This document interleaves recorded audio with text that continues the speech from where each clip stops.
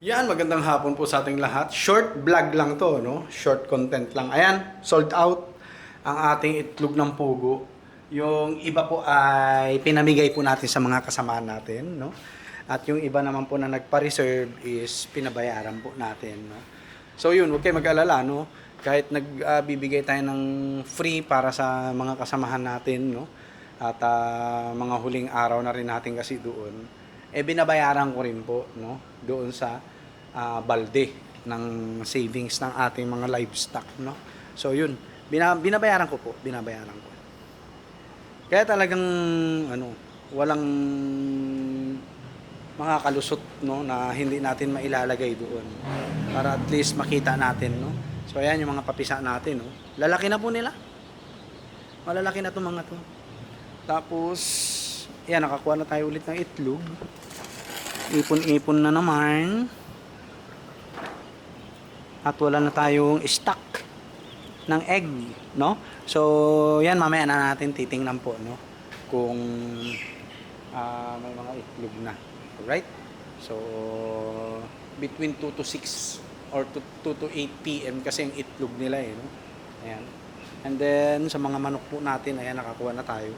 Mga first egg drop po to, kaya maliliit pa, no? So, soon, bebenta na rin po tayo, oh, brown na brown, no? Magbebenta na rin po tayo ng itlog. Alright? At para at least may pamalit patuka, no? Yan. So, dito tayo. Wala namang problema rito sa mga manok natin. Yan, nag-iitlog na sila, no? Nag-iitlog na. Patayin natin 'to. Ayan. Magtingin tayo, baka may nangitlog pa. Diyan nakakita ko isa. Tapos doon isa, no? Soon, lahat to mag-iitlog na, no? Ayan, magiging itlogan nila yan. Yung luma nating keeping cage, no?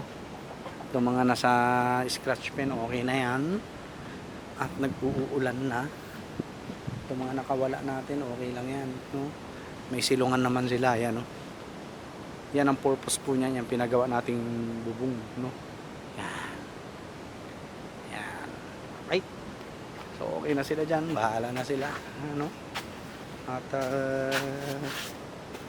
palit-palitan na lang ng tubig, tapos tatapon-tapunan na lang ng pagkain yan, no?